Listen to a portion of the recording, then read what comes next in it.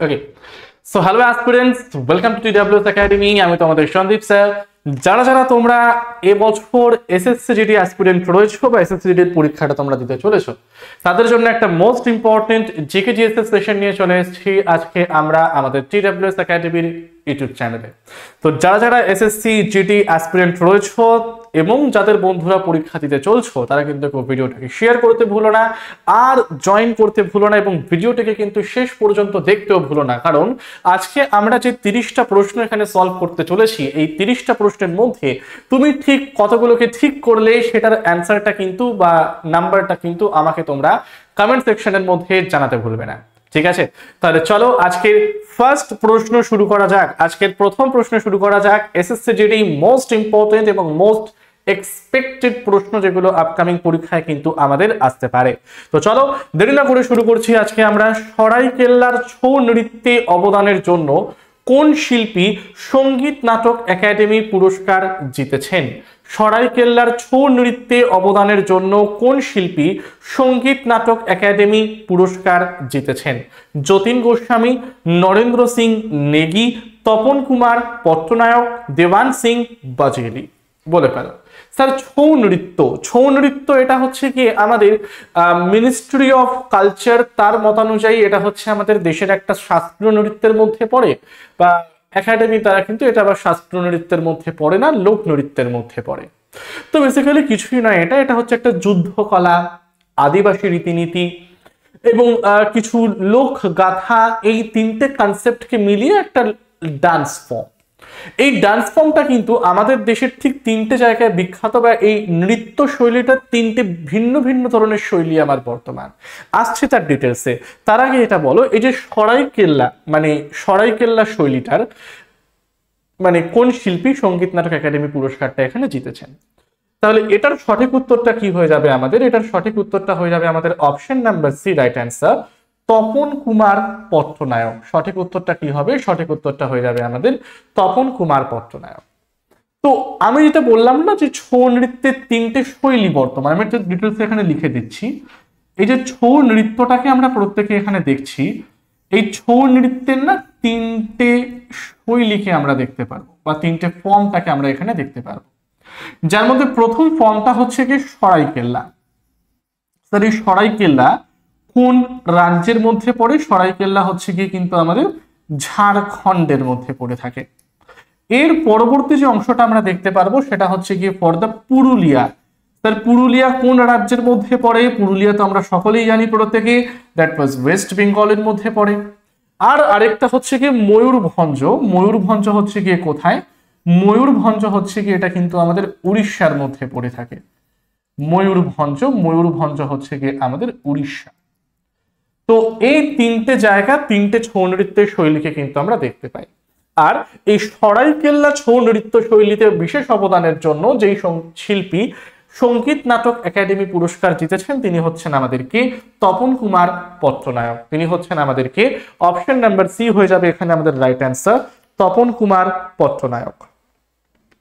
ঠিক আছে, চলো যাচ্ছি তাহলে পরবর্তী প্রশ্নে। একটা প্রশ্নে তো টাইম নিলে হবে না, চলো পরবর্তী প্রশ্নে যাচ্ছি। সমাজ সংস্কারক রাজা রামমোহন রায় ভারতের কোন সামাজিক ধর্মীয় সংস্কার আন্দোলনের সাথে যুক্ত ছিলেন?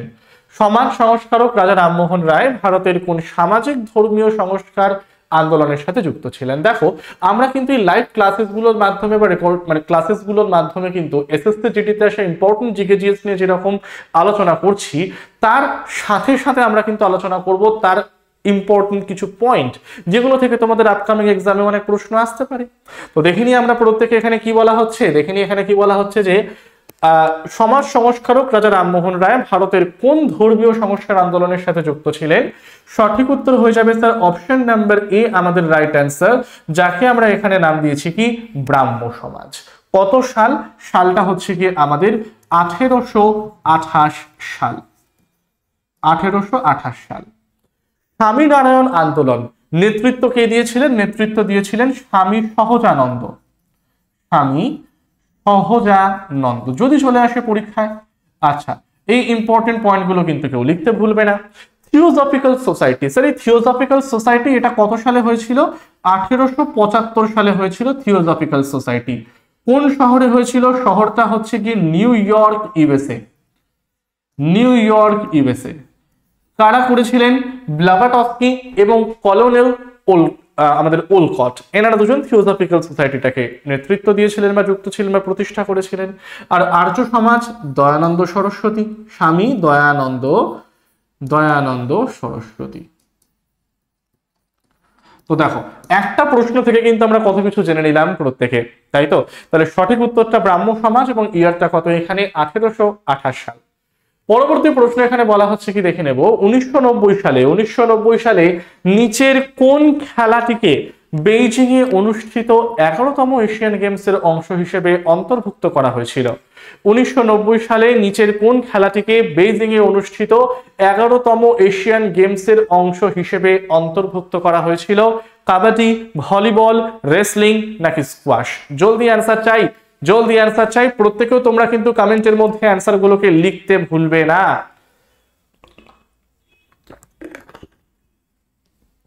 ঠিক আছে, তো তাহলে স্যার এখানে দেখো আমি ডায়াগ্রামে একটা পয়েন্ট দিয়েছি যে লাস্ট যে এশিয়ান গেমসটা হলো সেটা কিন্তু আমাদের 19তম এশিয়ান গেমস হলো হ্যাংঝাও চায়না, এবং সেটা ইয়ারটা আমার কত? 2022-এ।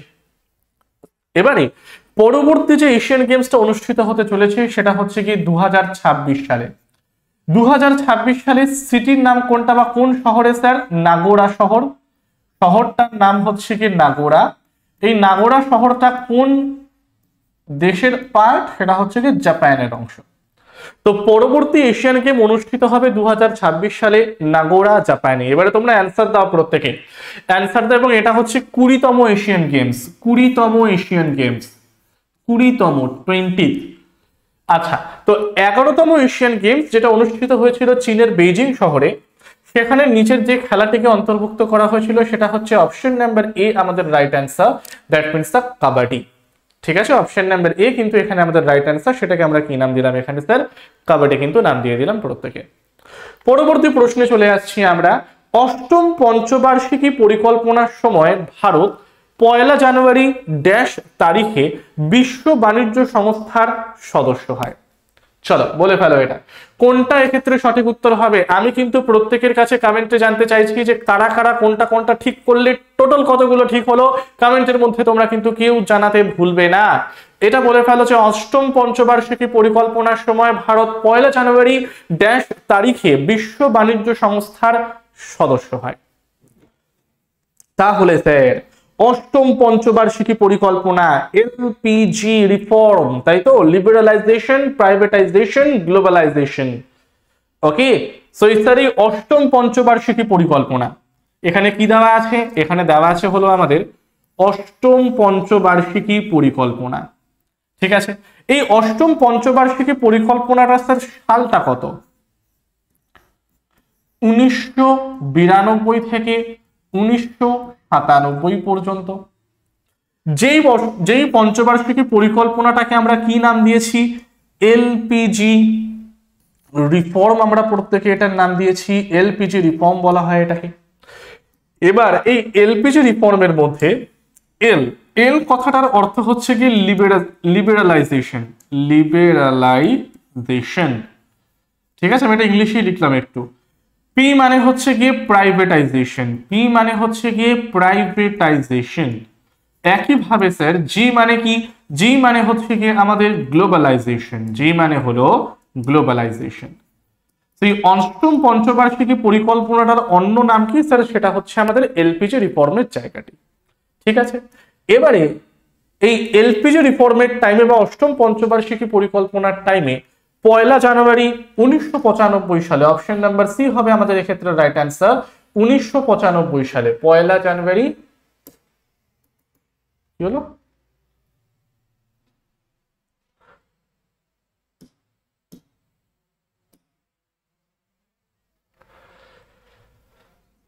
আচ্ছা, 1 জানুয়ারি 1995 সালে আমাদের দেশ অন্তর্ভুক্ত হয় কার মধ্যে? বিশ্ব বাণিজ্য সংস্থার সদস্য হচ্ছে। বিশ্ব বাণিজ্য সংস্থা মানে কি স্যার? যেটাকে বলা হচ্ছে ওয়ার্ল্ড ট্রেড অর্গানাইজেশন বা বিশ্ব বাণিজ্য সংস্থা, তাই তো। তো এটার সদস্য হয়েছিল 1995 সালে। এবারে এখানে একটা মোস্ট ইম্পর্টেন্ট মেমোনিক্স তোমাদের বলে দিই, কারণ আমাদের এই ক্লাসগুলোর তো মেইন রিজনটা হচ্ছে কি এত ডিটেলসে নয়, বাট একটুখানি মেমোনিক্স এর মাধ্যমে যাতে জিনিসগুলোকে আরো সহজলভ্য করে নেওয়া যায় ফর ইওর এক্সাম, তাই তো। তো এখানে তুমি দেখবে যে বিশ্বের যে কোনো আন্তর্জাতিক সংস্থা যার নাম শুরু হয় ডাব্লিউ দিয়ে এবং নাম শেষ হয় ও দিয়ে, ভালো করে বলছি, পয়েন্টটাকে বোঝার চেষ্টা করো। বলা হচ্ছে এখানে আমাদের কি, যে আন্তর্জাতিক সংস্থা বা ইন্টারন্যাশনাল অর্গানাইজেশন যাদের নাম শুরু হয় ডাব্লিউ দিয়ে, নাম শেষ হয় ও দিয়ে, মাঝখানে যা খুশি হোক না কেন, এরকম তুমি নিয়ে নাও WTO বা ওয়ার্ল্ড ট্রেড অর্গানাইজেশন, WMO বা ওয়ার্ল্ড মেট্রোলজিক্যাল অর্গানাইজেশন, WHO বা ওয়ার্ল্ড হেলথ অর্গানাইজেশন। তো তোমরা যাই নাও না কেন এখানে এদের সদর দপ্তরটা কোথায় হবে স্যার? এদের সদর দপ্তরটা হচ্ছে আমাদের জেনেভাতে হবে, ঠিক আছে, জেনেভাতে হবে। তো এই পয়েন্টটাও কিন্তু তোমরা প্রত্যেকে একবার মাথায় রেখে দিও যে কোনো আন্তর্জাতিক সংস্থা সমূহ যেটা নাম শুরু হয় ডাব্লিউ দিয়ে শেষ হয় ও দিয়ে, তাদের প্রত্যেকের সদর দপ্তরটা আমার কোথায়? জেনেভাতে, ঠিক আছে। পরের কোশ্চেনে তাহলে আমরা চলে আসছি, পরবর্তী প্রশ্নে আমরা চলে আসছি। কি বলা হচ্ছে যে ভারতীয় সংবিধানের কোন অনুচ্ছেদগুলো ইউনিয়ন পাবলিক সার্ভিস কমিশনের সাথে সম্পর্কিত? Sir union public service commission মানে কি? সেটা হচ্ছে আমাদের ইউপিএসসি। অর্থাৎ আমাদের ভারতীয় সংবিধানের কোন কোন আর্টিকেলের মধ্যে ইউপিএসসি সম্বন্ধে বলা হচ্ছে, কমেন্টের মধ্যে তোমরা কিন্তু প্রত্যেকে এখানে অ্যান্সারটাকে দিয়ে দাও, ঠিক আছে, জলদি অ্যান্সার দাও। অনুচ্ছেদ 330 থেকে 338, 315 থেকে 323, 300 থেকে 320, নাকি 210 থেকে 219 পর্যন্ত? বলে ফেলো হে, বলে ফেলো। ওকে, তাহলে এটার সঠিক উত্তরটা কি হবে? সঠিক উত্তরটা হয়ে যাবে কিন্তু অনুচ্ছেদ বা আর্টিকেল নাম্বার 315 থেকে 323 পর্যন্ত। তাহলে সঠিক উত্তরটা কি হয়ে যাবে স্যার? সঠিক উত্তরটা হয়ে যাবে আমাদের option number B, right answer. তাহলে অনুচ্ছেদ 315 থেকে 323 পর্যন্ত এই অংশগুলো বা এই আর্টিকেলগুলো কিন্তু ইউনিয়ন পাবলিক সার্ভিস কমিশনের সাথে আমার সম্পর্কিত, ঠিক আছে। পরবর্তী প্রশ্নে চলে আসছি। পরবর্তী প্রশ্ন কি বলছে? 2011 সালের আদমশুমারি অনুসারে ভারতে পুরুষদের সাক্ষরতার হার কত? 2011 সালের আদমশুমারি অনুসারে ভারতে পুরুষদের সাক্ষরতার হার কত? কমেন্টের মধ্যে তোমরাও কিন্তু জানাতে থাকো অ্যান্সার গুলোকে, ঠিক আছে। দেখেনি স্যার, দেখেনি 2011 সালের আদমশুমারি বা জনগণনা অনুযায়ী ভারতে পুরুষদের সাক্ষরতার হারটা কত একটু জেনে নিই, ঠিক আছে। তাহলে তাহলে তাহলে এটার সঠিক উত্তরটা কি হতে পারে? এটার সঠিক উত্তরটা হচ্ছে কি আমাদের অপশন নাম্বার সি হবে, রাইট অ্যান্সার, 82.14%। স্যার এটা হচ্ছে কি পুরুষদের, ভারতে পুরুষদের সাক্ষরতার হার শেষ জনগণনা বা আদমশুমারি অনুযায়ী। ভারতে মহিলাদের সাক্ষরতার হার কত? 65.46। এটা হচ্ছে কি মহিলাদের সাক্ষরতার হার। আর যদি পুরুষ মহিলা না করে আমি অল ওভার আমাদের দেশে মোট জনসংখ্যার সাক্ষরতার হারটা দেখতে যাই, তাহলে সেটা হচ্ছে আমাদের কত? 74.04। তাহলে এটা হচ্ছে কি অল, সকলের। তাহলে পুরুষদের সাক্ষরতার হার এটা, মহিলাদেরটা এটা, অল ওভার হচ্ছে এটা। তাহলে আদমশুমারি অনুযায়ী ভারতে পুরুষদের সাক্ষরতার হারটা কত স্যার? সঠিক উত্তর হচ্ছে 82.14%, রাইট অ্যান্সার। ডান, তাহলে এত পর্যন্ত। পরবর্তী প্রশ্নে চলে আসছি স্যার। পরবর্তী প্রশ্ন কি বলছে? NBPW হলো লৌহ যুগের সবচেয়ে বেশি ব্যবহৃত মৃৎপাত্র, এর পুরো কথাটি হলো। অর্থাৎ আমাকে এখানে একটা ছোট্ট একটা টার্মিনোলজি দিয়ে দিয়েছে, যার মানেটা এখানে বলছে NBPW। ওকে, যার মানেটা এখানে আমার কি বলছে দেখিনি, সেটা হচ্ছে আমাদের NBPW। বলছে এটা হলো লৌহ যুগের সবচেয়ে বেশি ব্যবহৃত মৃৎপাত্র। ওকে, এর পুরো কথাটি কি? বলে ফেলো। দেখবে এটা বেসিক্যালি লৌহ যুগের টাইমে হলেও না, এটার সব থেকে বহুলাংশে ব্যবহার করা হয়েছিল মহাজনপদের সময়, এবং আফটার মহাজনপদ যখন প্রি মৌর্য যুগটা আসবে, অর্থাৎ প্রাক মৌর্য যুগ, যেখানে প্রথমে হর্যঙ্ক বংশ রাজত্ব করতে আসবে। যেরকম তোমরা সকলেই জানো যে হর্যঙ্ক বংশের প্রতিষ্ঠাতা হচ্ছেন গিয়ে বিম্বিসার, তারপরে তার ছেলে অজাতশত্রু, অজাতশত্রুর পরে হচ্ছে কি আমাদের কে উদয়ন, তারপরে অনিরুদ্ধ মুন্ড নাগদশক। নাগদশক হচ্ছে হরজঙ্কদের শেষ, তখন তারপরে আসছে হচ্ছে কি আমাদের কারা, শিশুনাগ, শিশুনাগ এবং কালাশক। এবং এই বংশের শেষ শাসক হচ্ছে কি মহানন্দিন। মহানন্দিনকে হারাবে এবং পরবর্তীকালে সিংহাসনে বসবে হচ্ছে কি নন্দরা, মহাপদ্মনন্দ এবং ধননন্দ। তো এই যে প্রাক মৌর্য যুগটা, মৌর্য সাম্রাজ্যের আগে এবং মহাজনপদের পরবর্তী সময়ের যে অংশটা এবং মহাজনপদের টাইম যেটাকে আমরা এখানে বলে চলছি, এই সময় কিন্তু আর বহুলাংশে এটার ব্যবহারটা প্রচলিত হয়। এনবিপিডব্লিউ এর পুরো কথাটা কি এখানে জানতে চাওয়া হয়েছে। তো এই এনবিপিডব্লিউর পুরো কথাটা হলো northern black polished ware. Northern black polished ware, option number D কিন্তু হয়ে যাচ্ছে এখানে আমাদের রাইট অ্যান্সারটা। ঠিক আছে, পরবর্তী প্রশ্নে স্যার চলে আসছি। পরবর্তী প্রশ্ন কি বলছে, লক্ষ্মী বিশ্বনাথন যিনি সঙ্গীত একাডেমি থেকে মর্যাদাপূর্ণ নাট্য কলানিধি পুরস্কার জিতেছিলেন, তিনি কোন নৃত্যের জন্য বিখ্যাত ছিলেন? লক্ষ্মী বিশ্বনাথন যিনি সঙ্গীত একাডেমি থেকে মর্যাদাপূর্ণ নাট্য কলানিধি পুরস্কার জিতেছিলেন, তিনি কোন নৃত্যের জন্য বিখ্যাত ছিলেন? বলে ফেলো, বলে ফেলো, বলে ফেলো, বলে ফেলো। ওকে, নৃত্যশিল্পীর নাম কি? লক্ষ্মী বিশ্বনাথন। কি পুরস্কার জিতেছিলেন? সঙ্গীত একাডেমি থেকে জিতেছিলেন নাট্য কলানিধি পুরস্কার। তিনি কোন নৃত্যের জন্য বিখ্যাত? তাহলে সঠিক উত্তরটা হয়ে যাবে এখানে option number B, Bharatanatyam. Option number B, Bharatanatyam হয়ে যাবে এখানে আমাদের রাইট অ্যান্সারটা। ঠিক আছে, আচ্ছা এবারে এটা বলে ফেলো, মাইকেল ফ্যারাডে কত সালে বৈদ্যুতিক রূপান্তরক অর্থাৎ যাকে ট্রান্সফরমার বলে চলি এবং জেনারেটর কাজ করার পেছনে থাকা তড়িৎ চুম্বকীয় আবেশ বা ইলেকট্রোম্যাগনেটিক ইন্ডাকশন নীতিটি আবিষ্কার করেন? স্যার কত বড় প্রশ্নটা আনলেন না? ওরে দেখো, এই প্রশ্নটা একটু ঝামেলা লাগা প্রশ্ন, মানে এই প্রশ্নটাকে আরো ইজি করে করা যেতে পারতো, বাট এত বড় একটা প্রশ্ন দিয়ে শেষমেশ জানতে চাইছে যে তিনি জিনিসটাকে কবে আবিষ্কার করেন। এবারে আবিষ্কারের সাল অত মনে রাখা ইম্পর্টেন্ট নয়, কারণ এই একটা দুটো প্রশ্নের জন্য তো পুরো ডিটেলস পড়া উচিত নয়। বাট উচিত নয় বলাটাও একদম ভুল, কারণ দেখো হয়তো তুমি এরকমও দেখবে যে মোটামুটি 15 থেকে 16,000 জন স্টুডেন্ট এই ইয়ারটাকেও মনে করে আবার চলে এসছে। তো ইম্পর্টেন্ট নেই এই কথাটা বলা সর্বৈব ভুল, ইম্পর্টেন্স তো সবকিছুরই আছে, বাট এগুলো কিন্তু আমাদের ধীরে ধীরে জানতে হবে যে কোন কোন ইনভেনশন ঠিক কোন কোন সালে আবিষ্কার করা হয়। এগুলো থেকেও কিন্তু এখনকার দিনে পরীক্ষায় বারংবার প্রশ্নগুলোকে আসতে আমরা দেখতে পাচ্ছি। ঠিক আছে, এবারে এটা বলে ফেলো ফার্স্টে তোমরা প্রত্যেকে,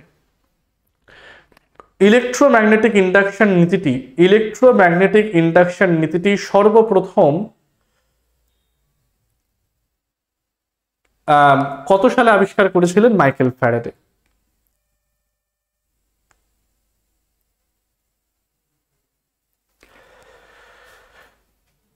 দেখো ডায়াগ্রামও এখানে দিয়ে দিয়েছি তোমাদের জন্য। সালটা তো মনে রাখা খুব ইজি, 1831 সাল। এই আর কি ব্যাপার, 1831 সাল হবে রাইট অ্যান্সার, সেটা বলছি না। বাট মেন এখানে যেটা জানার বিষয় যে ইলেকট্রোম্যাগনেটিক ইন্ডাকশন মানে কি জিনিস, অর্থাৎ সহজ ভাষায় যদি বলি, কারণ দেখো ইলেকট্রোম্যাগনেটিক ইন্ডাকশন পড়তে গেলে ইলেকট্রিক ফিল্ড পড়তে হয়, ইএমএফ পড়তে হয়, সেগুলো না জেনে তো এটা ঢোকা যায় না। তো আমি ছোট্ট করে একটু বলে দিই তোমাদের এই ক্ষেত্রে যে বেসিক্যালি গল্পটার কিছুই নয়, কোনো মানে চৌম্বকের এরিয়া দ্বারা বা যেটাকে আমরা বলতে পারি হচ্ছে কি ম্যাগনেটিক ফিল্ড বা চৌম্বক ক্ষেত্র, বা কোনো চৌম্বক ক্ষেত্র দ্বারা বা কোনো চৌম্বক ক্ষেত্রের মাধ্যমে যদি কোনো পরিবাহীর মধ্যে তড়িৎ প্রবাহ আবিষ্ট হয় বা লেগে যায়। আবার বলছি, পয়েন্টটা ভালো করে বোঝো, তড়িৎ যে ক্ষেত্রটা অর্থাৎ কোন একটা তড়িৎ পরিবাহীকে তুমি নাও, ধরো এটা হচ্ছে আমার একটা তড়িৎ পরিবাহী নিলাম, আমরা প্রত্যেকে এখানে একটা তড়িৎ পরিবাহী নিলাম। এবারে কোন চৌম্বক ক্ষেত্র দ্বারা বা চৌম্বক ক্ষেত্রের মাধ্যমে যদি এই পরিবাহিতার মধ্যে তড়িৎ প্রবাহটা আবিষ্ট হয়ে যায়, তখন তাকে আমরা কি নাম দিয়েছি? ইলেকট্রোম্যাগনেটিক ইন্ডাকশন বা তড়িৎ চুম্বকীয় আবেশ কিন্তু নাম দিয়ে দিয়েছি।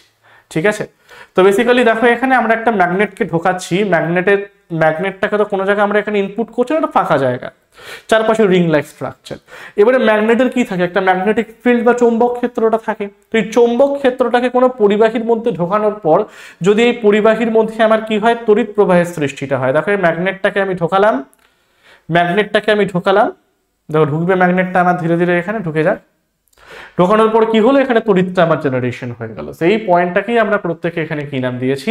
ইলেকট্রোম্যাগনেটিক ইন্ডাকশন বা তড়িৎ চুম্বকীয় আবেশ কিন্তু নাম দিয়ে দিয়েছি। এটা বলে ফেল। নিম্নলিখিত কোন উদ্ভিদ বিশেষ সহায়তা নিয়ে দেওয়ালে উঠতে পারে? নিম্নলিখিত কোন উদ্ভিদ বিশেষ সহায়তা নিয়ে দেওয়ালে উঠতে পারে? জলদি অ্যান্সার চাই কমেন্ট সেকশনের মধ্যে। Be fast everyone. নিম্নলিখিত কোন উদ্ভিদ আমার দেওয়ালে উঠতে পারে?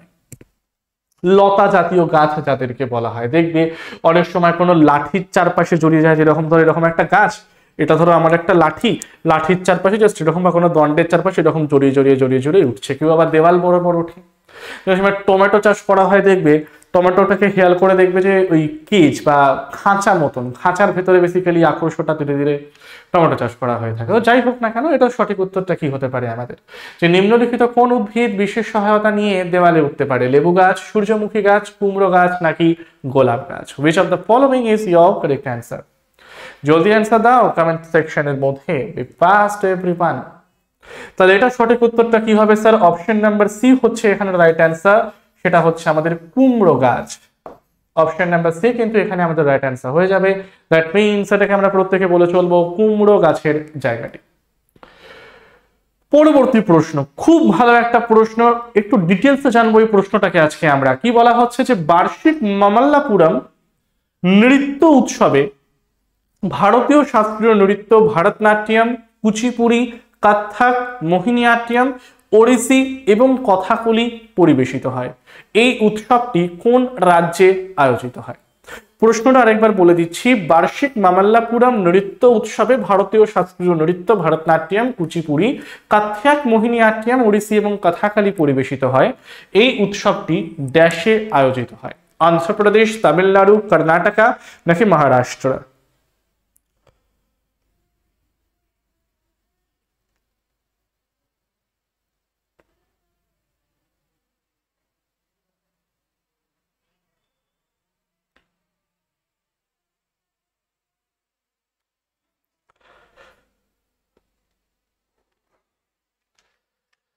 আচ্ছা, তো ফার্স্ট এখানে আমরা জানবো ভারতীয় শাস্ত্রীয় নৃত্য সম্বন্ধে।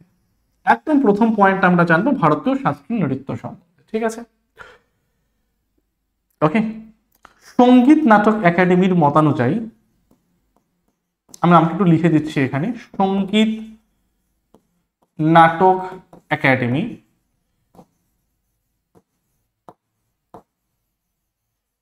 এই সঙ্গীত নাটক একাডেমি অনুযায়ী ভারতে ক্লাসিক্যাল ডান্স অথবা শাস্ত্রীয় নৃত্যের সংখ্যাটা হচ্ছে কি 8। আর যদি আমি বলি মিনিস্ট্রি অফ কালচার, ভারত সরকারের মিনিস্ট্রি অফ কালচার এর মতানুযায়ী ভারতে শাস্ত্রীয় নৃত্যের সংখ্যাটা হচ্ছে 9টা। এবারে 8খানা কি কি, 8টার সাথে একটা যোগ করলে না, ফার্স্টে 8টা আমরা দেখিনি। উত্তর ভারতে হচ্ছে কি কত্থক, আসামে হলো কি সাত্তারিয়া, মণিপুরে হচ্ছে কি মণিপুরি, ওড়িশি হচ্ছে কি উড়িষ্যার, কুচিপুড়ি অন্ধ্রপ্রদেশে, ভরতনাট্যম তামিলনাড়ুতে, এছাড়াও মোহিনীয়াট্যম এবং কথাকলি এই দুটো হচ্ছে কি কেরালাতে। তাহলে এই 8টা ডান্স ফর্মকে according to Indian classical dance বলা হয়ে থাকে বাই সঙ্গীত নাটক একাডেমি। ঠিক আছে, কিন্তু যদি আমাকে বলা হয় দ্য মিনিস্ট্রি অফ কালচার থেকে, এই মিনিস্ট্রি অফ মিনিস্ট্রি অফ কালচারের দ্বারা টোটাল ডান্স ফর্মের সংখ্যা হচ্ছে কি 9টা।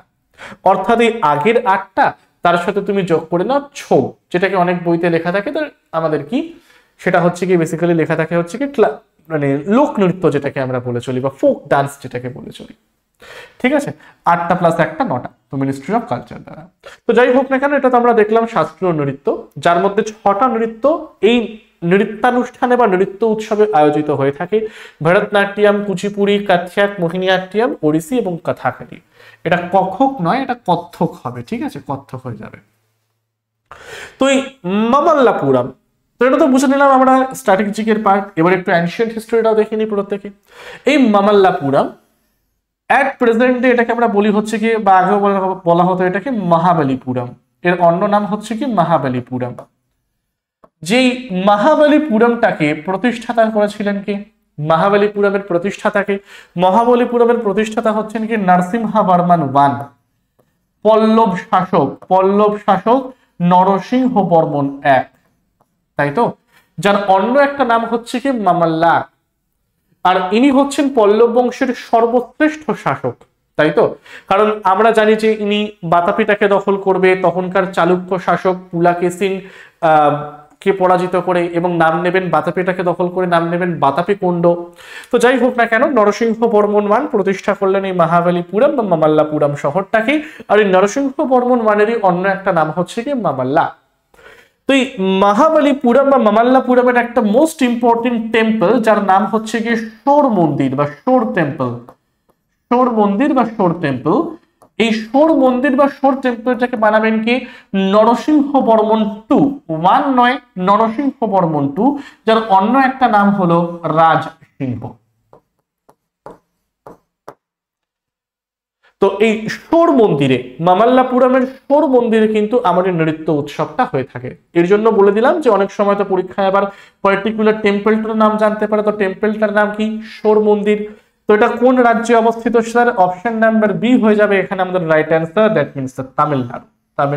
তামিলনাড়ু হবে রাইট অ্যান্সার।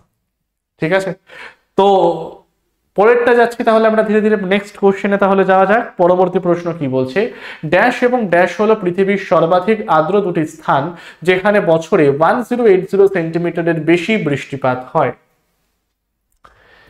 আর্দ্র মানে ভেজা নিতে পারো, ওয়েট নিতে পারো, ওয়েটেস্ট প্লেস। ওকে, আমি লিখে দিচ্ছি এখানে, ইংলিশটাও লিখে দিচ্ছি, ওয়েটেস্ট প্লেস।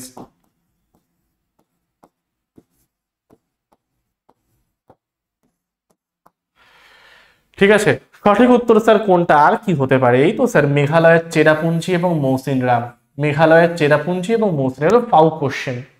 মানে থাকে না যে স্টুডেন্ট পরীক্ষা দিতে গেছে, পরীক্ষা দিতে যাওয়ার পর সে যখন টাকা দিয়ে ফর্ম টর্ম ফিল আপ করেছে, দু তিনটে না করে আসলে তো তার মনটা খারাপ হয়ে যাবে, পরবর্তী সালে স্যার ফলটাই ফিল আপ করবে না।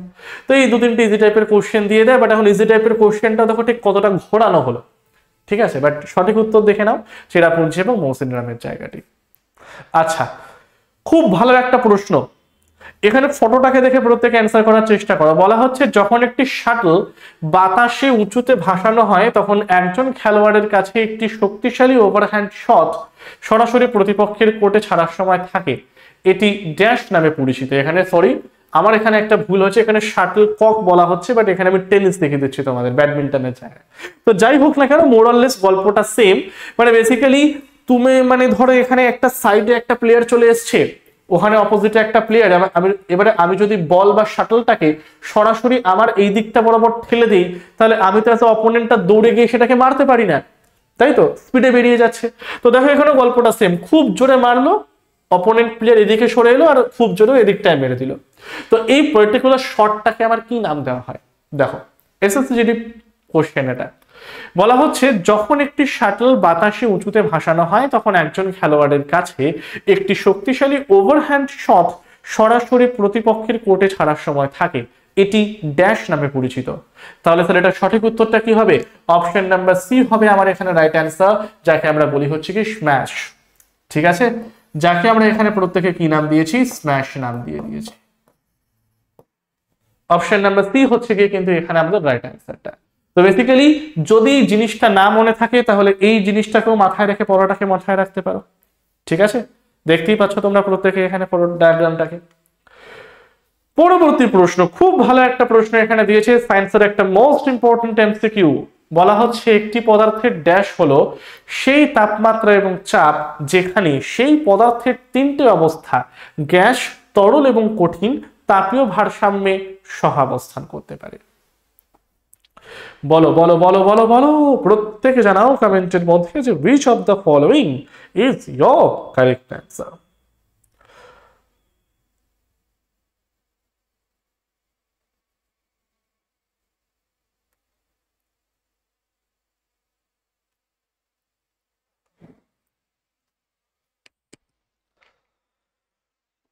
বলো। এটাকে বলা হয় না তো ট্রিপল পয়েন্ট। যেরকম একটা ইম্পর্টেন্ট আমাদের কনসেপ্টে রয়েছে, আমরা বারবার পড়াই যে ট্রিপল পয়েন্ট অফ ওয়াটার, বা বাংলায় যাকে আমরা বলি জলের ত্রিদশা বিন্দু। বাংলায় যাকে আমরা বলি জলের ত্রিদশা বিন্দু। ঠিক আছে, জলের ত্রিদশা বিন্দু মানে হচ্ছে সেই পার্টিকুলার পয়েন্টটা, যে পার্টিকুলার পয়েন্টে বরফ, জল জলীয় বাষ্প, বরফ হচ্ছে আমার সলিড, জল হলো আমার লিকুইড, জলীয় বাষ্প হচ্ছে গ্যাস। অর্থাৎ জলের এই তিনটে অবস্থায় একযোগে সাম্যাবস্থায় থাকে, তখনই তাকে আমরা কি নাম দিতে পারি? তখনই তাকে আমরা নাম দিতে পারি জলের ত্রিদশা বিন্দু বা ট্রিপল পয়েন্ট অফ ওয়াটার। তাহলে সঠিক উত্তর কোনটা স্যার? সঠিক উত্তর হচ্ছে option number A, triple point. অর্থাৎ সেই তাপমাত্রা এবং চাপ যেখানে কোনো পদার্থের কঠিন অবস্থা, তরল অবস্থা, গ্যাসীয় অবস্থা, এই তিনটে কিন্তু আমার একযোগে সাম্যাবস্থায় থাকবে। যেরকম জলের ক্ষেত্রে জলের ত্রিদশা বিন্দু বা ট্রিপল পয়েন্ট অফ ওয়াটার, সেই টেম্পারেচারটাকে আমরা বলি 0 ডিগ্রি সেলসিয়াস। ভুল বলছি, এটার পার্টিকুলার টেম্পারেচারটা আমার কত? এটার পার্টিকুলার টেম্পারেচারটা হচ্ছে কি আমাদের 273.16 ওকে ডিগ্রি সেলসিয়াস, বা যেটাকে আমরা বলি হচ্ছে গিয়ে 0 কেলভিনের পার্টটা। আচ্ছা, টেম্পারেচারটাও লিখে নিতে পারো তোমরা প্রত্যেকে। টেম্পারেচার হচ্ছে গিয়ে 4.58 mmHg। সরি, এটা হচ্ছে প্রেসারটা, চাপটা। এটা হচ্ছে টেম্পারেচার, এটা হচ্ছে প্রেসার। তো জলের ত্রিদশা বিন্দুর পার্টিকুলার পয়েন্টটা আমার কোনটা? এখানে পয়েন্ট হচ্ছে গিয়ে যেখানে আমার টেম্পারেচার হচ্ছে গিয়ে 273.16 ডিগ্রি সেলসিয়াস, বা যেটাকে আমরা 0 কেলভিন বলে চলি, আর প্রেসারটা হচ্ছে গিয়ে 4.58 mmHg।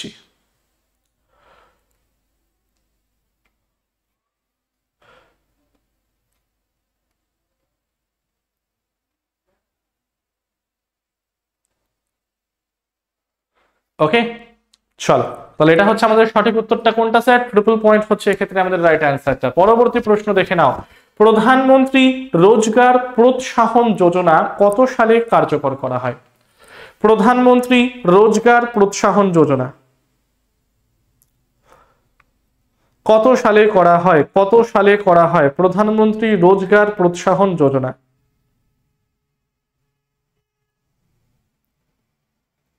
কত সালে শুরু হয়েছিল?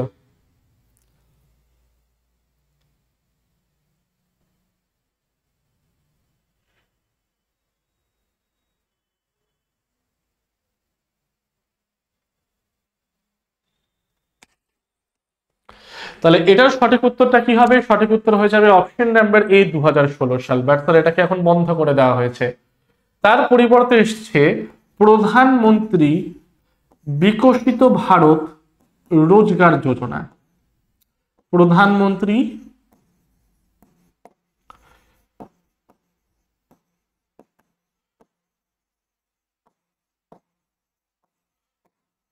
বিকশিত ভারত রোজগার যোজনা। ঠিক আছে, সো এটা এসছে এখন। এটা তো বেসিক্যালি কিছুই নয়, মানে যারা প্রথমবার চাকরি পাবে বা ফার্স্ট টাইম এমপ্লয়মেন্ট হবে যাদের, তাদেরকে একটা অর্থ পরিমাণ দিয়ে সাহায্য করা, 15,000 টাকা মতো। আর যারা তাদেরকে চাকরিটা দিচ্ছে এমপ্লয়ার, তাকেও কিছুটা পরিমাণ অর্থ দিয়ে সাহায্য করা। তো এই প্রধানমন্ত্রী রোজগার প্রোৎসাহন যোজনা নাম পাল্টে হয়েছে এখন প্রধানমন্ত্রী বিকশিত ভারত রোজগার যোজনা। বাট এই প্রোৎসাহন যোজনা শুরু হয়েছিল কবে? 2016 সালে, এবং এন্ড হয়েছে কিন্তু 2022-এর মধ্যে। পরবর্তী প্রশ্নে চলে আসছি আমরা। আচ্ছা, পরবর্তী প্রশ্নে যাওয়ার আগে একটু জাস্ট তোমাদের সাথে ইম্পর্টেন্ট কিছু ইনফরমেশন শেয়ার করার আছে। যারা তোমরা আপকামিং এসএসসি জিডি পরীক্ষাটাকে দিতে চলেছো, অর্থাৎ এখন তো ফর্ম ফিল আপ আমাদের চলছে এই 2025-এরটা, তো আমরা কিন্তু টিডব্লিউএস এর তরফ থেকে নিয়ে এসেছি এসএসসি জিডি ফাউন্ডেশন ব্যাচ, এবং এটাও কিন্তু সম্পূর্ণ লাইভ একটি ব্যাচ। ব্যাচের ভ্যালিডিটি হচ্ছে গিয়ে 12 মাসের জন্য। আর ডিউরেশনটা কত? ডিউরেশনটা হচ্ছে কি আমার এখানে 3 মাসের, অর্থাৎ 3 মাসের মধ্যে তোমাদের সম্পূর্ণ কোর্সটাকে কমপ্লিট করিয়ে দেওয়া হবে। বাট তুমি যেরকম স্টাডি ম্যাটেরিয়াল হয়ে গেল, কোশ্চেন্স হয়ে গেল, মক টেস্ট হয়ে গেল, ভিডিও রেকর্ডেড ভিডিওগুলো হলো, মানে যে আমরা লাইভ ক্লাসটা করাবো সেই লাইভ ক্লাসের যে রেকর্ডেড ভিডিওগুলো হচ্ছে, এগুলোকে কিন্তু তোমরা 12 মাস অর্থাৎ 1 বছর পর্যন্তও দেখতে পারবে। বাট ক্লাসটা কমপ্লিট করানো হবে কিন্তু সম্পূর্ণ 3 মাসের মধ্যে। কি কি থাকবে স্যার ব্যাচটার মধ্যে? সম্পূর্ণ অধ্যায় ভিত্তিক থিওরি ক্লাস, অর্থাৎ এটা কিন্তু কোনো এমসিকিউ বেসড ক্লাস নয়, previous year question, expected question, MCQ সলভের কোনো ক্লাস নয় বা কোনো প্র্যাকটিস ব্যাচ নয়। এটা কিন্তু সম্পূর্ণ থিওরি ভিত্তিক ক্লাস, অর্থাৎ যেখানে math, reasoning, English, GK GS সম্পূর্ণটাই কিন্তু তোমাদের একদম থিওরির ওপর বেস করে করানো হবে। ঠিক আছে, সোম থেকে শনি প্রতিদিন ক্লাস থাকবে এবং প্রতিটি ক্লাসের পিডিএফও কিন্তু তুমি পেয়ে যাবে এবং সম্পূর্ণ আমাদের এটা নিজস্ব অ্যাপের মধ্যে ক্লাস হবে।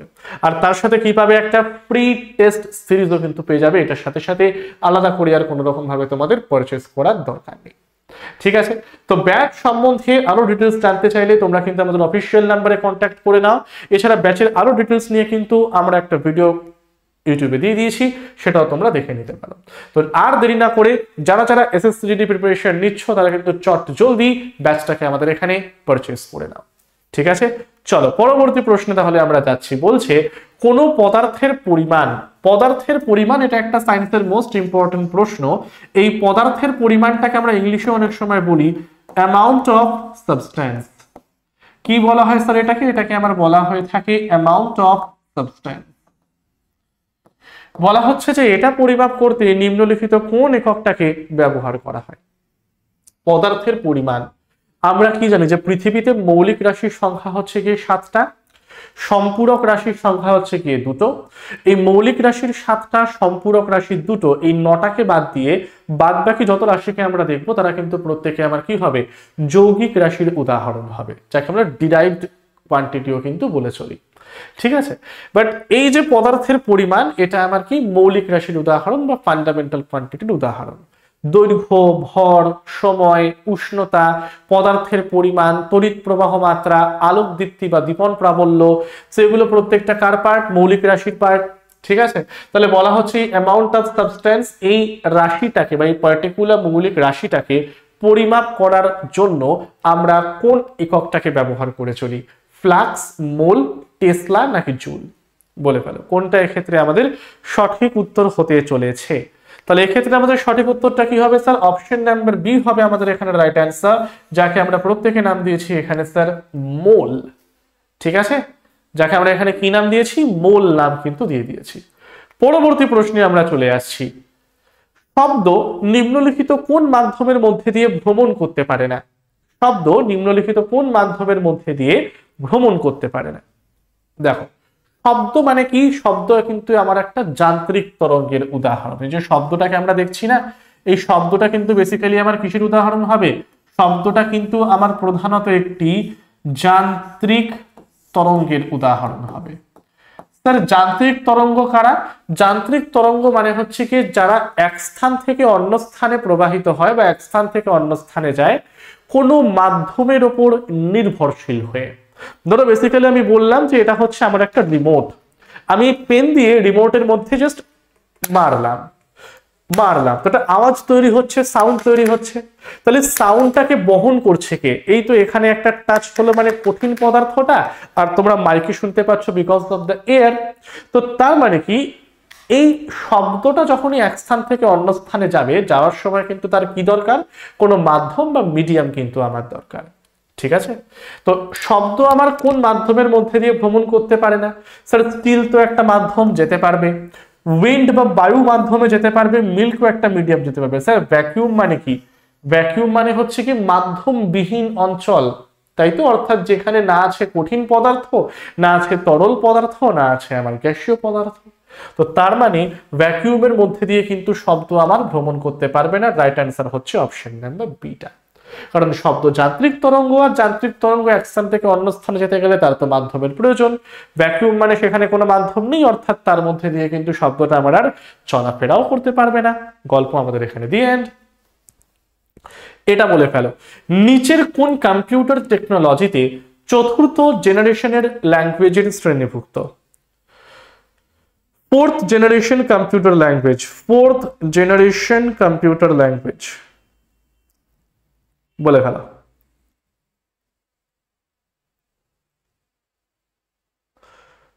এক্সাম্পলও দিয়ে দিতে পারো তোমরা প্রত্যেকে এটার মধ্যে।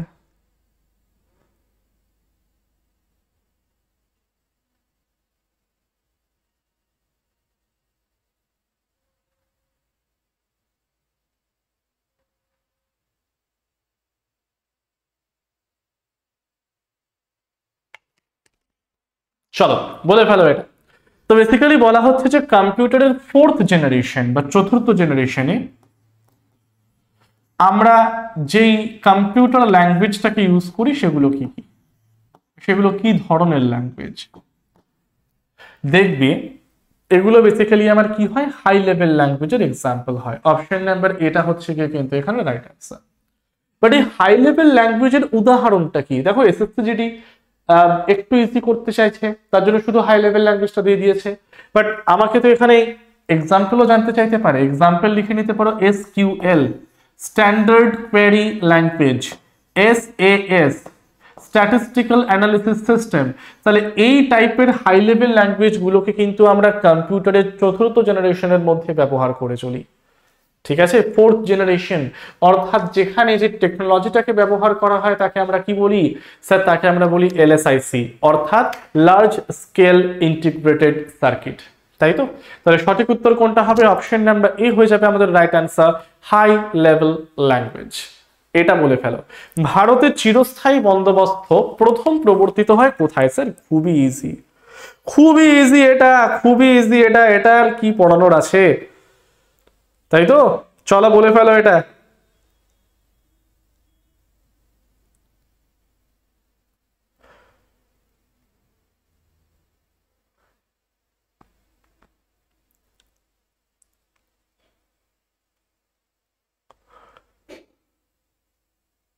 পার্মানেন্ট সেটেলমেন্ট বা চিরস্থায়ী বন্দোবস্ত যাকে আমরা প্রত্যেকে এখানে বলে চলি। হ্যাঁ ঠিক আছে, ঠিক আছে।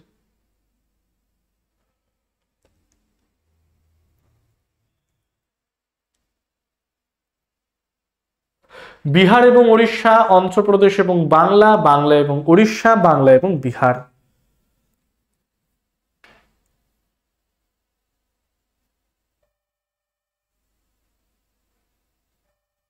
কোনটা হতে পারে এক্ষেত্রে? আমরা তো জানি বাংলা, বিহার, উড়িষ্যা না?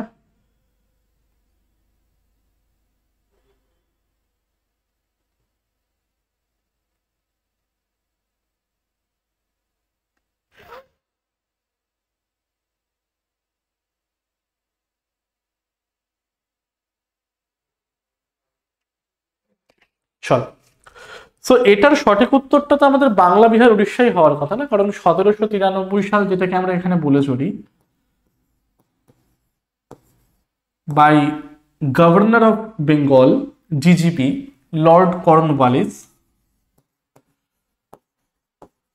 তিনি কিন্তু সর্বপ্রথম আমরা এখানে কি দেখতে পাচ্ছি? তিনি কিন্তু সর্বপ্রথম এখানে আমরা দেখতে পাচ্ছি চিরস্থায়ী বন্দোবস্ত বা পার্মানেন্ট সেটেলমেন্টটাকে আনছেন, তাই তো?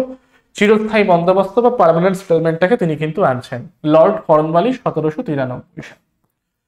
ওকে, এখানে তিনটে জায়গায় অ্যান্সার হবে আমাদের, একটা হচ্ছে কি বাংলা, একটা হলো কি বিহার, তার সাথে একটা হচ্ছে কি ওড়িশা। এই তিনটে জায়গাতেই আনা হবে চিরস্থায়ী বন্দোবস্ত বা পার্মানেন্ট সেটেলমেন্ট, এবং পরবর্তীকালে বেনারস এবং উত্তরপ্রদেশের অন্যান্য কিছু জায়গার মধ্যেও কিন্তু এই চিরস্থায়ী বন্দোবস্তটাকে আমাদের আনা হয়ে থাকবে। ঠিক আছে, পরবর্তী প্রশ্নে আমরা চলে যাচ্ছি। কোশ্চেন নাম্বার 20, ভারতের প্রথম রিজিওনাল রুরাল ব্যাংক প্রতিষ্ঠিত হয় কত সালে? ভারতের প্রথম রিজিওনাল রুরাল ব্যাংক প্রতিষ্ঠিত হয় কত সালে? জলদি অ্যান্সার দাও।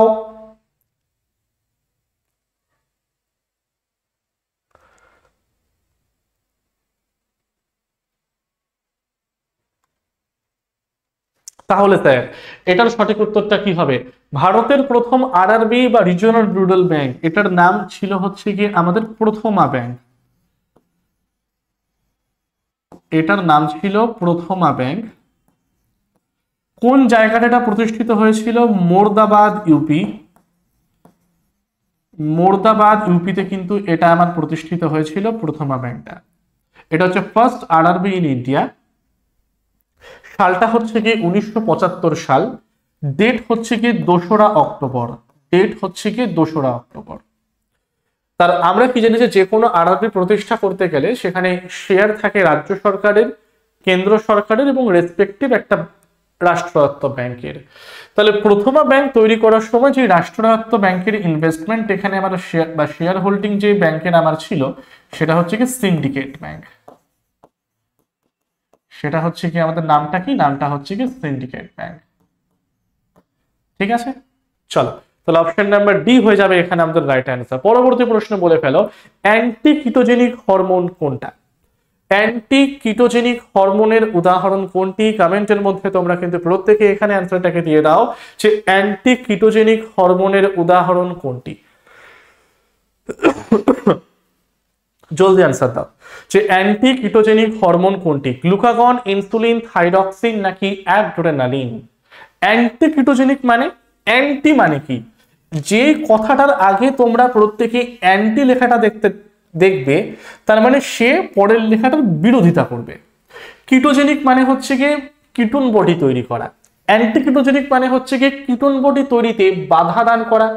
তো অ্যান্টি কিটোজেনিকের অর্থটাই হচ্ছে গিয়ে আমাদের কি, কিটোন বডি তৈরিতে বাধা দান, কিটোন বডি তৈরিতে বাধা দান, তাই তো? তাহলে এখানে সঠিক উত্তরটা হবে আমাদের option number B, insulin. Option number B, insulin হচ্ছে কি কিন্তু এখানে আমাদের রাইট অ্যান্সারটা। তো অ্যান্টি কিটোজেনিক হরমোন হচ্ছে কি যারা কিটোন বডি তৈরিতে বাধা দান করে। ইনসুলিন এছাড়াও কি করে? ইনসুলিন হচ্ছে কি আমাদের রক্ত শর্করার মাত্রাটাকে কমাতে সাহায্য করে। গ্লুকাগন রক্ত শর্করার মাত্রাটাকে বাড়িয়ে দেয়। থাইরক্সিন মানে হচ্ছে কি T4, থাইরয়েড গ্রন্থি থেকে ক্ষরিত হয়। টেট্রা আয়োডোথাইরোনিন আর অ্যাড্রেনালিন তো প্রত্যেকেই জানি যেটাকে বলা হয় ইমার্জেন্সি হরমোনের পার্টটা, তাই তো? তাহলে সঠিক উত্তর কোনটা হবে স্যার? এখানে অপশন নাম্বার বি, ইনসুলিন। পরবর্তী প্রশ্ন, মানব দেহের দীর্ঘতম অস্থি আমার কোনটি? মানব দেহের দীর্ঘতম অস্থি আমার কোনটি? কমেন্টের মধ্যে জলদি কিন্তু অ্যান্সার দিয়ে দেবে তোমরা প্রত্যেকে। ফিবিউলা, ফিমার, টিবিয়া নাকি আলনা? মানব দেহের কোনটি দীর্ঘতম অস্থি? মানব দেহের কোনটি দীর্ঘতম অস্থি? ফিবিউলা, ফিমার, টিবিয়া নাকি আলনা? চলো জলদি জলদি জলদি। দীর্ঘতম, শুধু দীর্ঘতম নয়, আমি এটাও বলে দিই এই অস্থিটা হচ্ছে মানব দেহের বৃহত্তম অস্থি, মানব দেহের সব থেকে শক্তিশালী অস্থি। তিনটি ক্যারেক্টার তার মধ্যে দেখতে পাওয়া যায়, অর্থাৎ মানব দেহের দীর্ঘতম, বৃহত্তম, শক্তিশালী তিনটি ক্যারেক্টার দেখতে পাওয়া যায় অস্থিটার মধ্যে। তার নাম কি? তার নামটা হচ্ছে কি আমাদের অপশন নাম্বার বি, ফিমার। কোথায় থাকে স্যার এই হাড়টা? এটা থাকে হচ্ছে কি থাইতে, থাই রিজিয়নের মধ্যে কিন্তু এই হাড়টাকে আমরা প্রত্যেকে দেখতে পাই। থাই, উরু, জঙ্ঘা, ঠিক আছে? তো বেসিক্যালি এর মধ্যে দেখতে পাওয়া যায়। তো ফিমার হচ্ছে কি মানব দেহের দীর্ঘতম, বৃহত্তম, শক্তিশালী, লংগেস্ট, লার্জেস্ট, স্ট্রংগেস্ট বোন অফ দ্য হিউম্যান বডি, সেটা হচ্ছে ফিমার, ঠিক আছে? যেটা সহজে ভাঙে না, আর যেটাকে ভাঙার জন্য অনেকটা পরিমাণে ফোর্স বা মানে আঘাত তোমাকে তার মধ্যে দিতে হবে। টিবিয়া ফিবিউলা, টিবিয়া ফিবুলাটাকে কোথায় দেখতে পাই আমরা স্যার? টিবিয়া ফিবুলাটাকে আমরা দেখতে পাই হচ্ছে কি শ্যাঙ্কের মধ্যে। শ্যাঙ্ক মানে হচ্ছে যাকে বলা হয় লোয়ার লেগ, অর্থাৎ আমাদের পায়ের নিচের অংশটা, হাঁটুর নিচের অংশটা, যার মধ্যেই টিবিয়া ফিবুলাটাকে দেখতে পাবো আমরা। আলনা, আলনা কোথায় দেখতে পাওয়া যায় স্যার? আলনা দেখতে পাওয়া যায় হাতের মধ্যে। রেডিয়াস, আলনা, হিউমেরাস, হিউমেরাস, রেডিয়াস, আলনা, আলনা দেখতে পাই হাতের মধ্যে। তো সঠিক উত্তরটা হচ্ছে আমার এখানে কি ফিমার। আচ্ছা, এবারে এটা বলো, যকৃতের ক্যান্সার সৃষ্টিকারী পদার্থটার নাম কি?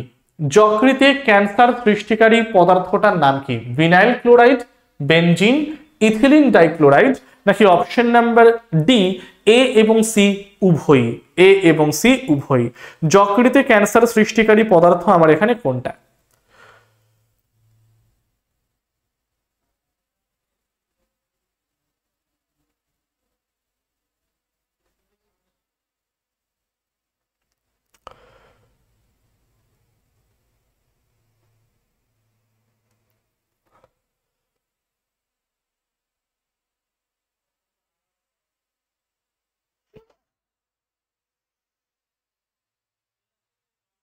চলো জলদি অ্যান্সার দাও স্যার। যকৃতের ক্যান্সার, এই ক্যান্সারটাকে কি বলা হয়? হেপাটোসেলুলার কার্সিনোমা বলা হয় এটাকে।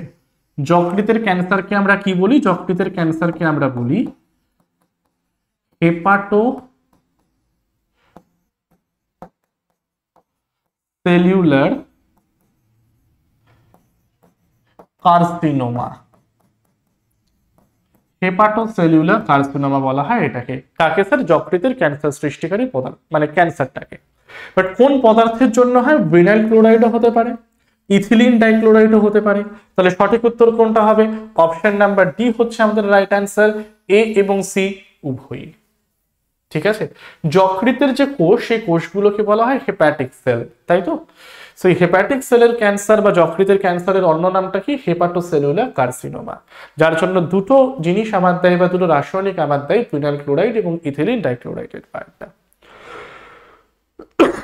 ঠিক আছে, ডান তাহলে এত পর্যন্ত। চলো, এ এবং সি উভয় হচ্ছে কি রাইট অ্যান্সারটা। ওকে, ডান।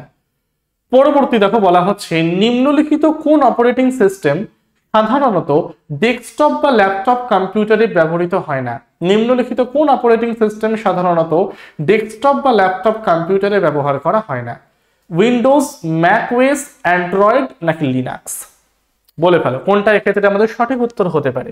স্যার অপারেটিং সিস্টেম মানে কি? এখান থেকে তো আগে বেসিক প্রশ্নটা তৈরি হওয়া উচিত প্রত্যেকের মনে।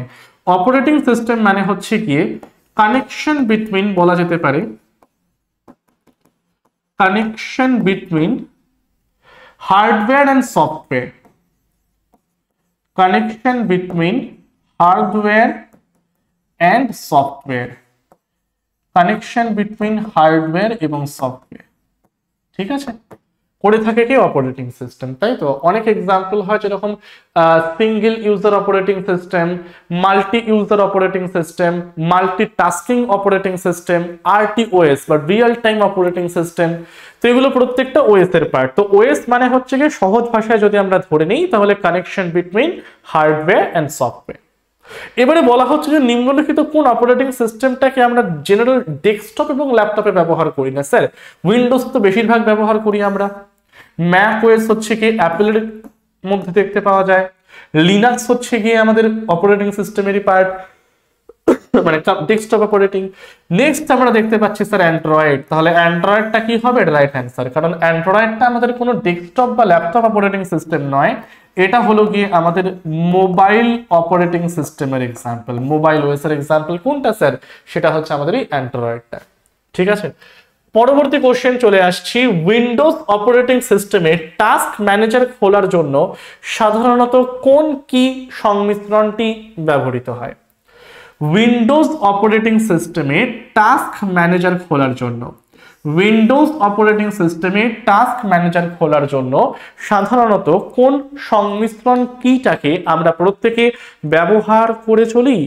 Control plus tab, control plus shift plus escape, alt plus tab নাকি অল্ট প্লাস F4?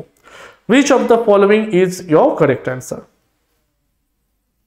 দেখো সঠিক উত্তর কোনটা স্যার? সঠিক উত্তর হচ্ছে কি control plus shift plus escape, এটা হচ্ছে আমাদের রাইট অ্যান্সারটা।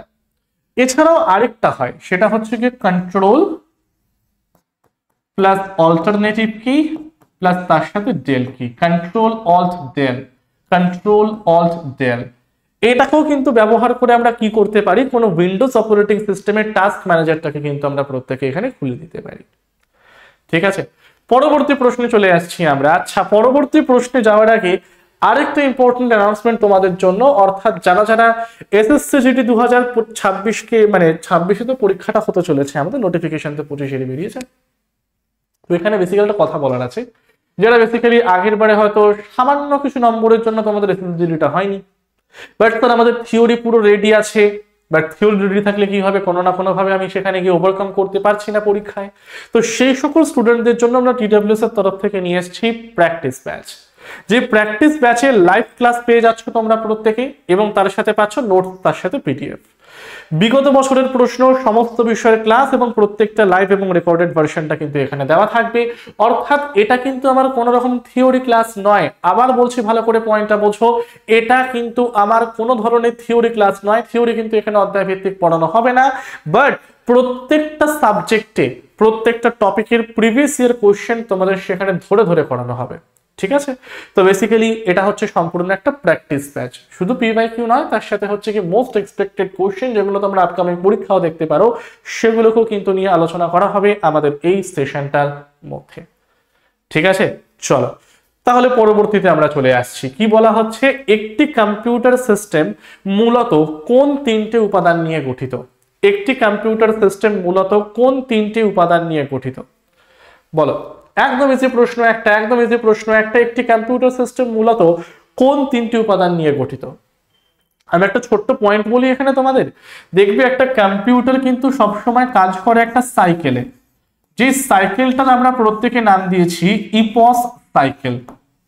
ইপস সাইকেল মানে স্যার আই থেকে আমরা কি পাবো? আই থেকে পাবো হচ্ছে গিয়ে ইনপুট, পি থেকে পাবো হচ্ছে গিয়ে প্রসেসিং, যেই কাজটা করে থাকে আমাদের সিপিইউ বা সেন্ট্রাল প্রসেসিং ইউনিট, যাকে বলা হয় the brain of the computer বা কম্পিউটারের মস্তিষ্ক।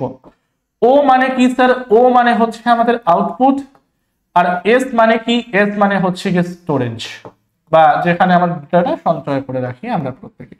তো কম্পিউটার এই সাইকেলটায় কাজ করে, যাকে আমরা প্রত্যেকে এখানে নাম দিয়েছি তাই পোস্ট সাইকেল, তাই তো?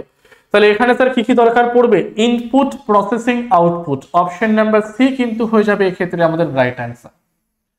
মূলত তিনটি উপাদান নিয়ে গঠিত, বাট অনেক ক্ষেত্রে চারটেও ধরা হয়, সেখানে স্টোরেজ ইউনিটকে আমরা কিন্তু প্রত্যেকে রেখে দিই। ঠিক আছে, পরেরটা চলে আসছে স্যার কোশ্চেন নাম্বার 27।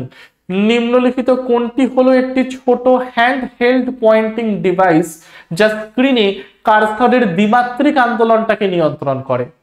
নিম্নলিখিত কোনটি হলো একটি ছোট্ট হ্যান্ড হেল্ড পয়েন্টিং ডিভাইস যা স্ক্রিনে কার্সরের দ্বিমাত্রিক আন্দোলনটাকে নিয়ন্ত্রণ করে? মাউস, কিবোর্ড, স্ক্যানার নাকি টাচ স্ক্রিন? কোনটা এক্ষেত্রে আমাদের সঠিক উত্তর হতে চলেছে? Pointing device sir, pointing device. দ্বিমাত্রিক বাদ দাও, কার্সার বাদ দাও, পয়েন্টিং ডিভাইস হ্যান্ডহেল্ড বলেছে মানে এখানে আমার কি হতে পারে স্যার? মাউসই হতে পারে। তাহলে অপশন নাম্বার সি কি হয়ে যাবে? মাউস।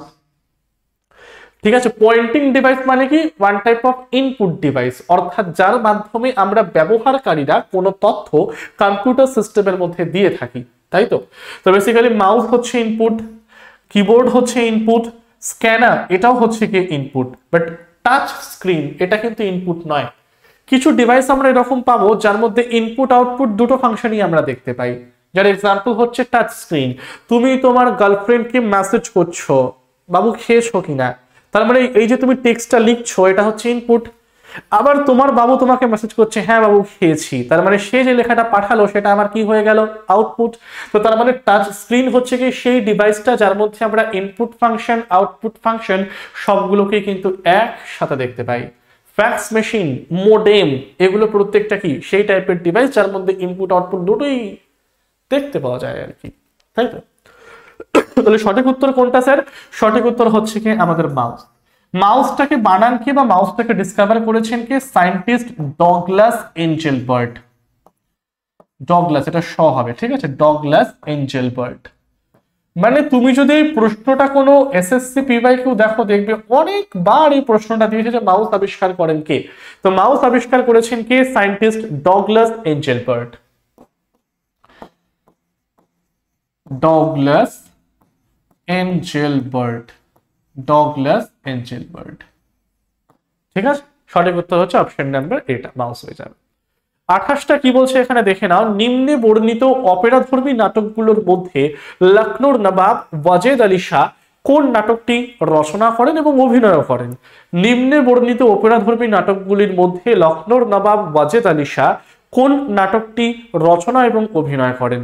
বাল্মীকি প্রতিভা, সরমজ ভূপুলা কুড়াবঞ্জি, ইন্দ্রসভা নাকি কল্যাণ সৌগন্ধিকা? কোনটা হবে এক্ষেত্রে আমাদের রাইট অ্যান্সারটা? জানা প্রত্যেকে কমেন্ট সেকশনের মধ্যে। Be fast everyone.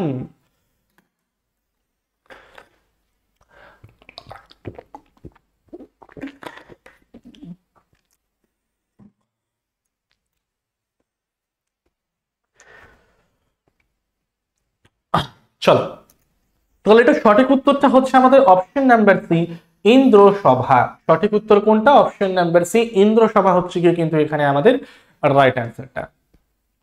আচ্ছা এটা বলো, ভুটানের সঙ্গে ভারতের কোন রাজ্যগুলির সীমানা রয়েছে? ভুটানের সাথে ভারতের কোন রাজ্যগুলির সীমানা রয়েছে?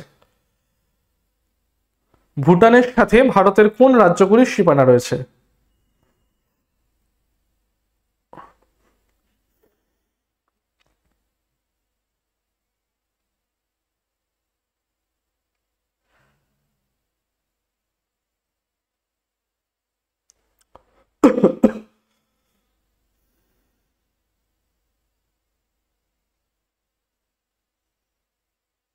জলদি জলদি জলদি।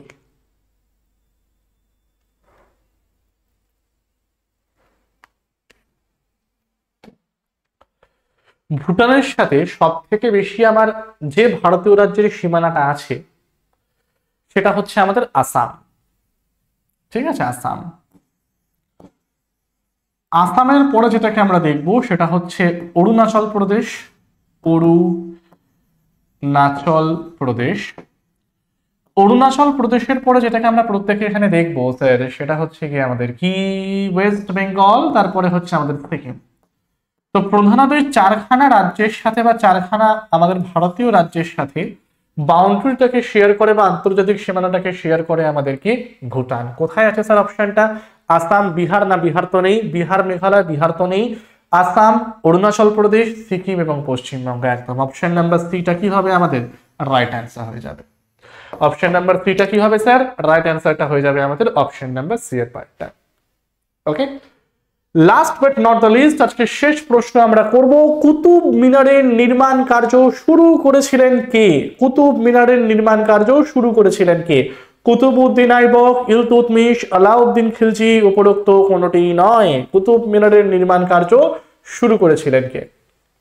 তো আমাদের দিল্লি সালতানাতের ফার্স্ট যে ডাইনাস্টি রাজত্ব করবে দাস বংশ, সেই দাস বংশের প্রথম শাসক হচ্ছেন কি আমাদের কুতুবউদ্দিন আইবক। ঠিক আছে, এই কুতুবউদ্দিন আইবক কুতুব মিনারের নির্মাণ কার্যটাকে কিন্তু আমার শুরু করবেন। কার নামানুসারে তিনি কুতুব মিনার নামটাকে রাখবেন? একজন বিখ্যাত সুফি সন্ত যার নাম হচ্ছেন কি আমাদের খোয়াজা কুতুবউদ্দিন বখতিয়ার কাকি, তার নামানুসারে কিন্তু তিনি কুতুব মিনারের নামকরণটা করবেন। বাট এই কুতুবউদ্দিন আইবক তিনি কিন্তু শুধুমাত্র ফার্স্ট ফ্লোরটাকেই বানিয়েছিলেন, মানে গ্রাউন্ড ফ্লোর যেটাকে এখনকার দিনে বলা হয়, বা তুমি ধরে নাও 5টা তলা, সেই 5টা তলার প্রথম ফ্লোরটা বা ফার্স্ট তলাটাকে তৈরি করবেন কুতুবউদ্দিন আইবক। কুতুবউদ্দিন আইবকের পরে দিল্লি সালতানাতের শাসক হবে হচ্ছে কি আমাদের আরাম শাহ, তার বড় ছেলে, বাট আরাম শাহকে সরিয়ে ক্ষমতায় আসবে ইলতুৎমিশ, শামসুদ্দিন ইলতুৎমিশ, যিনি হচ্ছেন গিয়ে কুতুবউদ্দিন আইবকের স্লেভ, অর্থাৎ দেখবে বলা হয় না যাকে বলা হয় স্লেভ অফ স্লেভ বলা হয় ইলতুৎমিশকে। কেন বলা হয়? কারণ ইলতুৎমিশ ছিলেন কুতুবউদ্দিন আইবকের স্লেভ, আবার কুতুবউদ্দিন আইবক ছিলেন মুহাম্মদ ঘোরির স্লেভ, তো তার জন্য ইলতুৎমিশকে বলা হয় স্লেভ অফ দ্য স্লেভ, এবং ফার্স্ট তুর্কি যিনি ছিলেন। তো এই কুতুব মিনারের প্রথম ফ্লোরটার ওপর পরবর্তী আরো সেকেন্ড মানে 1, 2, 3 তিনটে ফ্লোর, এই তিনটে ফ্লোরকে বানাবেন কে? শামসুদ্দিন ইলতুৎমিশ। ঠিক আছে, যার অন্য একটা নাম হচ্ছে গিয়ে শামসুদ্দিন ইলতুৎমিশকে বলা হয়ে থাকে father of the tomb building. Okay, সুলতান কারহিয়ার দিল্লি ইনি তো বানিয়েছিলেন। এবং পরবর্তীকালে যখন আমরা দেখব দাস বংশের পরে খলজি বংশ, এবং খলজি বংশের পরে যখন আমাদের তুঘলক বংশ রাজত্ব করতে আসবে, তখন তুঘলক বংশের তৃতীয় শাসক যার নাম হচ্ছেন গিয়ে আমাদের ফিরোজ শাহ তুঘলক, তার সময় কি হবে যে বাজ পড়ে এই যে 4 নম্বর যে ফ্লোরটা সেটা আমার নষ্ট হয়ে যাবে। তো ফিরোজ শাহ তুঘলক কি করবেন? তিনি 4 নম্বর ফ্লোরটাকেও ভালো করে রিনোভেট করে দেবেন এবং তার উপরে আরেকটা ফ্লোরকেও তিনি বানাবেন। ঠিক আছে, তো কুতুব মিনার কিন্তু 3 জন শাসকের আমলে সম্পূর্ণভাবে তৈরি হয়েছিল, কুতুবউদ্দিন আইবক, শামসুদ্দিন ইলতুৎমিশ এবং তারপরেরটা হচ্ছে কি ফিরোজ শাহ তুঘলক। ঠিক আছে, তো এই 3 জন মিলে কুতুব মিনারটাকে কিন্তু বানিয়েছিলেন। এবারে যে কুতুব মিনারের কম্পাউন্ড, সেই কম্পাউন্ডের সামনে একটা গেটওয়ে তৈরি করেছিলেন, সেই গেটওয়েটার নাম হচ্ছে আলাই দরওয়াজা। এই আলাই দরওয়াজা বানিয়েছিলেন কি খলজি বংশের সর্বশ্রেষ্ঠ সুলতান আলাউদ্দিন খিলজি। ঠিক আছে, তো এই হচ্ছে গিয়ে আজকে আমাদের মূল 30টা প্রশ্ন, যেগুলো থেকে কিন্তু তোমরা আপকামিং এসএসসি জিডি পরীক্ষায় এক্সপেক্ট করতে চলেছো। ঠিক আছে, তাহলে আজকের সেশনটা এই পর্যন্তই। আর কার কটা ঠিক হলো নাম্বারটা কিন্তু তোমরা কেউ কমেন্ট সেকশনে এখানে জানাতে ভুলবে না। তাহলে আজকের সেশনটা এই পর্যন্তই। টিল দেন প্রত্যেককে থ্যাংক ইউ এভরিওয়ান।